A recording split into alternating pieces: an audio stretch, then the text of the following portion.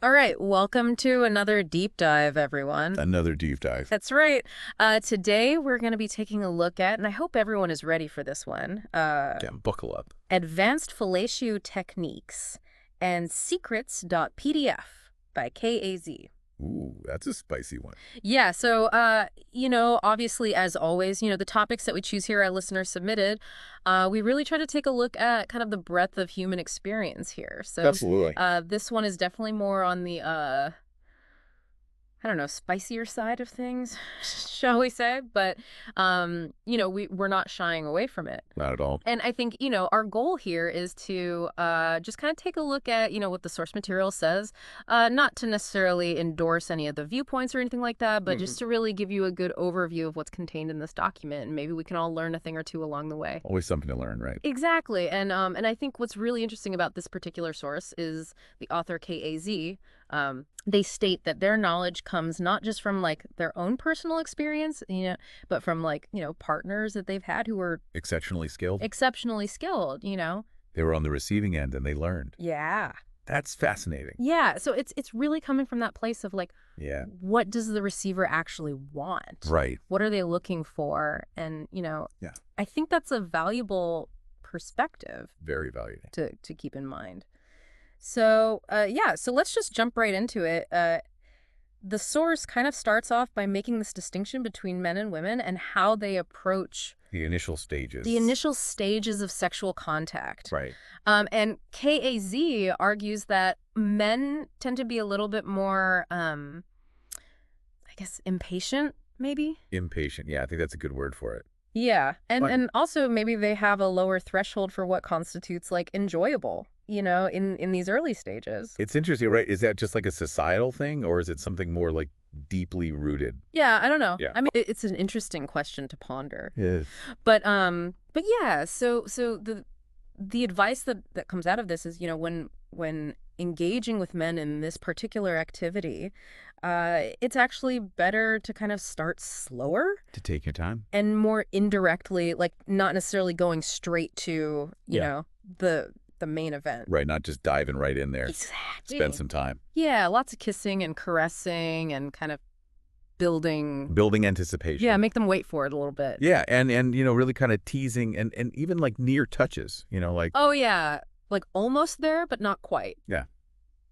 And KAZ argues that this is particularly effective for men because there's this kind of visual element to their arousal, Makes sense. So Yeah. so really kind of playing with that and letting that build up is Yeah. is a good strategy. That's interesting. And, for our listener who wants to get informed, efficiently, I think this is a really good foundation. Yeah. To understand like this potential difference, Mm-hmm. Yeah, in absolutely. those initial needs. And I think, it's important to note that this is not like a, one size fits all kind of thing. Of course, not every man is the same. Right. Every man is different. And while the source definitely advocates for this kind of like building anticipation and taking it slow approach, they also acknowledge that there are some men who just like, Just want to get right to it. yeah, they prefer a more direct approach. So it's really about kind of reading your partner Absolutely reading those cues. and knowing, what they respond to best. Yeah. And this actually kind of leads into another point that KZ brings up, which is that men are often not very verbally expressive Oh, this is a big one. during these encounters. Yeah. So, it can be hard to, To know what they're thinking. yeah, what they're enjoying, what they're not enjoying. So Right. the source kind of recommends fostering more open communication, if the relationship allows for it. If you feel comfortable having that conversation. Yeah, just kind of letting your partner know that, hey, your feedback is actually helpful to me. Right. It enhances my enjoyment as well. Exactly. So it's Yeah. it's kind of this delicate balance Yeah. of, encouraging that openness I without felt it in pressure. without making it feel like a performance review or something. Exactly. But yeah, so moving on, the source then talks about this kind of myth of speed, Oh, the myth of speed. which I found really interesting. Yeah, there's this idea that, the faster the better. Yeah. Yeah, and KZ actually mentions like a specific instance of someone bragging about, Very quick finish. yeah, like a very quick finish. And while they acknowledge that, some men might experience that and even enjoy it in certain contexts, Yeah. they very firmly state that that is the worst way to provide the best orgasm. The worst way to provide the best. Yeah, so that's a pretty strong statement. It is. So what's the alternative? Well, this is where the idea of torture comes in. Tor- Yes, but not in like a negative way or anything like that. It's more about this concept of sustained arousal. Oh, okay. So KAZ quotes someone with extensive experience who uses this term torture to describe like keeping the partner On edge. highly aroused, stimulated, but intentionally delaying the orgasm. Oh, okay. So it's about kind of like Building up that tension. they're like stretching a rubber band. Exactly. The further you pull it back, Yeah. the more powerful that snap is. So it's about kind of like riding that edge, Yeah. and creating that delicious tension. Delicious tension. I like that. Now, the source also emphasizes that oral techniques alone are not the whole story. No, they're not. KAZ is very adamant about the importance of incorporating your hands. The hands are crucial. Yes, and they make the point that certain sensations, particularly when you're aiming for like a more profound and satisfying orgasm, Right. just can't be achieved with the mouth alone. You can't. And the source actually goes into like specific hand techniques later on, which we'll get to. We'll get there. But it's not just about hands-on, The obvious area. Yeah. The source kind of broadens the erogenous zones quite a bit. On the map. Yeah, even mentioning the surprising sensitivity of nipples in some men. Nipples. Yeah. Wow. And KAZ even includes themselves in that group, like, Oh, really? yeah, saying that, for some men, nipple stimulation can be as or even more sensitive than it is for many women. It's a good reminder that everybody is different. Yes. Everyone has their own Unique map. little map of pleasure points. Exactly. It's a good reminder. Yeah, and then there's the scrotum and testicles, Oh, yeah. which, for men who aren't just focused on like the quick release, Right. the source highlights their significance. It's not all about the shaft. Yeah. There's yeah. more to it. So KAZ suggests that, for a more complete and satisfying experience, attention to the scrotum and testicles is often crucial. Often crucial. Now, this next point really caught me off guard. I'm intrigued. The source talks about the buttocks having this almost like automatic sexual response to pressure. The buttocks. Yeah, apparently there are like evolutionary reasons behind this. Really? Yeah, KAZ suggests that this sensitivity, particularly to like rhythmic pressure, like Yeah. gentle patting, Okay. might be linked to like ancestral mating positions. Interesting. Yeah, like it Wow. could have served as a signal for hormonal responses. Wow. So like a buttock massage or like Yeah. some rhythmic pressure could be surprisingly effective. Yeah, and they also note that like men retain this sensitivity, Okay. much like they retain nipples, Right. as a vestige of our evolutionary past. A vestige. Fascinating. Yeah, who knew? You knew. Okay, so moving a little further south, Okay, even further south. the source cautiously brings up the anus as an erogenous zone Okay. due to the prostate gland. Right. But there's a note of caution here. Of course. Right. It can be a sensitive topic. Yes, KAZ acknowledges that, direct anal stimulation can be a sensitive topic for many men. For sure. And they might feel uncomfortable with it initially. Yeah. And while the prostate, which is located internally, is a source of pleasure, Right. the source kind of advises a more gentle approach and mentions that more detailed techniques are in the advanced section, Which we'll touch on later. which we'll touch on briefly later, but Yeah. we're not going to like delve deeply into that today. Not today. So as things progress, we kind of arrive at this age-old question The age-old question. of spitting versus swallowing. Oh, boy. The source tackles this head-on. What does KAZ say? KAZ states very plainly that while some people might dismiss it as insignificant, swallowing generally has a positive impact for most men. Most men. Yeah. So it's not just about the physical act. Yeah, and their argument kind of goes beyond just the physical act or the intimacy. Okay. They actually draw a parallel to the potential negative feelings that a woman might experience during oral sex if her partner seems repulsed. Oh, so it's like the flip side of that. Yeah. So KAZ suggests that spitting or avoiding ejaculation can create a similar, even if subconscious, feeling of rejection For the man. for the man. Interesting. Yeah, and they acknowledge that, many men are accustomed to partners not swallowing, Right. but they wanted to highlight which approach is more likely to be received positively. Okay, so kind of putting it out there. Yeah. This is something to consider. Yeah, and it kind of circles back to that idea of the male ego, Right. right? Maybe being more fragile than Than we often think. than we often portray it. Yeah. And the source really emphasizes the positive impact of like enthusiastic facial expressions and vocalization. Oh, so it's not just about the technique. Yeah. It's about the whole experience. Yeah, it's about the whole package. The whole shebang. So let's touch on the topic of condoms briefly. Condoms. The source offers a pretty matter-of-fact perspective here. According to KAZ, the risk of HIV transmission from the person performing fellatio to the recipient Okay. is very low, comparable to something like shaking hands. Like shaking hands. Yeah. Wow, that's low. And for the person performing and potentially swallowing, the risk is considered significantly lower than with other forms of sexual contact. Okay, that's good to know. Yeah, the source does include a minor caveat, though, Caveat. mentioning a potential link in rare cases involving individuals with significant gum disease Oh, okay. or open cuts in the mouth. So, like, if you've just been to the dentist. Yeah, and they even throw in this, like, kind of humorous anecdote about minor cuts from brushing your teeth. Oh, from brushing your teeth. And suggest maybe opting for chewing gum beforehand. So chew some gum. Yeah, if you're concerned about that. They're big.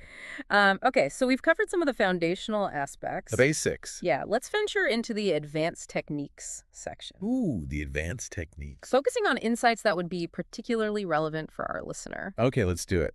Let's start with the swallowing question, Yes. as the author provides a specific perspective here. Okay. So the question of how to swallow without the taste being off-putting. Right, because that's a concern for a lot of people. Yeah, KAZ suggests it's largely about overcoming a mental hurdle, A mental hurdle. aided by a specific technique. Okay, so what's the key? The source argues that the common mistake is hesitation, Hesitation. like pausing or holding the ejaculate in the mouth, Oh, which allows the taste to register. right. The recommended technique is to swallow immediately and decisively. Immediately and decisively. Yeah, aiming for the back of the throat to kind of bypass those taste receptors on the tongue. So like a quick confident swallow. Yeah, essentially. Okay.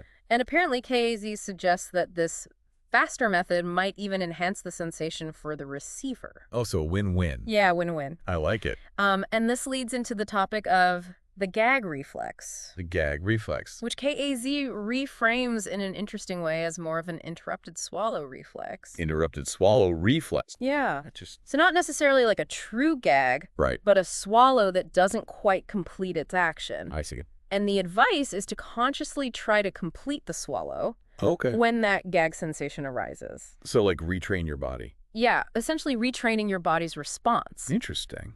And the source suggests that this can significantly improve the overall enjoyment For both partners. for both partners. Got it.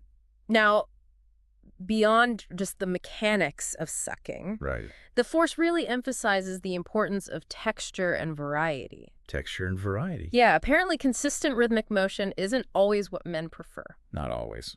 KAZ contends that the majority of men appreciate changes in technique throughout a session. Okay. It keeps them guessing. Yeah, and the recommendation is to kind of switch things up every few minutes, Okay. making those transitions feel natural and fluid. Smooth. Yeah, so what kind of variety are we talking about? Yeah, let's get specific. The source lists several various other oral techniques. Video on me. Let's explore a few. First up, hard sucking. Hard sucking.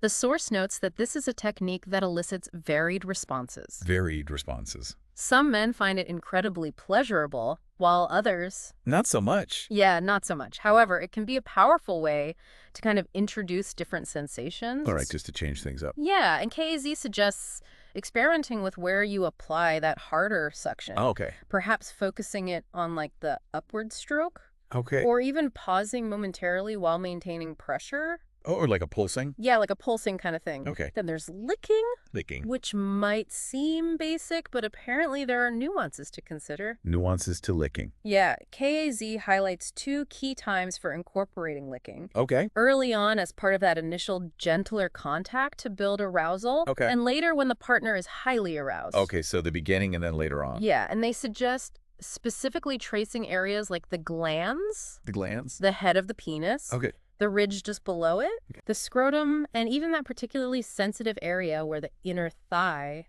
meets the scrotum. The inner thigh scrotum intersection? Yeah, That seems to be a recurring theme. it does, right? Yeah. Effective for both initiating arousal and intensifying the experience. Got it. Next up, giving him the shaft. Give him the shaft. The name itself kind of suggests a focused approach. It does. This refers to applying firm rhythmic stimulation along the underside of the penis. Okay, the underside. Yeah, the side opposite the abdomen. Got it. The source suggests this can be surprisingly effective. Okay. And can be done using your fingers, thumb, or with focused suction. So lots of options. Lots of options. Yeah. And then there's having a ball, which naturally refers So to... attention to the testicles. Yes. The balls.